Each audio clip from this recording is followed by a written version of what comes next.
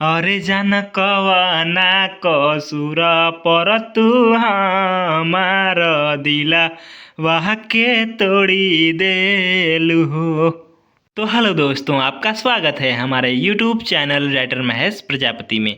तो दोस्तों, आज हम एक बेवफाई सैड सॉन्ग लेकर आए हैं जो काफ़ी अच्छा मैटर है, मार्केट में बजने वाला मैटर है, हिट होने वाला मैटर है। तो चलिए स्टार्ट करते हैं बिना समय गवाए मुखड़े के साथ। अरे भइल बा गलतिया कवन कि मुहावा तू मोड़ी लेलू हो। अरे भइल बा गलतिया कवन कि मुहावा तू मोड़ी लेलू हो। अरे जान कवना कसूर पर तू हमार दिलावा के तोड़ी देलू हो। अरे जान कवना कसूर पर तू हमार दिला वह के तोड़ी देलू हो। मंत्रा फर्स्ट।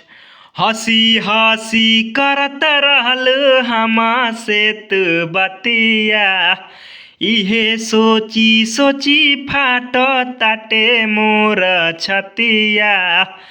अरे हंसी हंसी करत रहलू हमसे तू बतिया, इहे सोची सोची फाट ताटे मोर छतिया। अखिया में हमारा तू काहे के लोरा देलू हो।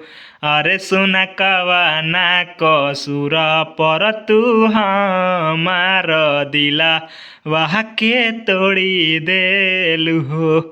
अरे सुना कवना कसूर पर तू हमार दिला वह के तोड़ी देलू हो।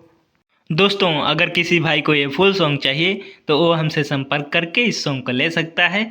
हमारा नंबर चैनल के डिस्क्रिप्शन बॉक्स में दिया हुआ है। तो दोस्तों, इसी तरह का बेहतरीन से बेहतरीन सॉन्ग पाने के लिए हमारे चैनल को सब्सक्राइब करें और वीडियो को लाइक करें, शेयर करें और कमेंट करें। तो चलिए मिलते हैं किसी नेक्स्ट वीडियो में किसी नए ट्रैक के साथ। तब तक के लिए बाय।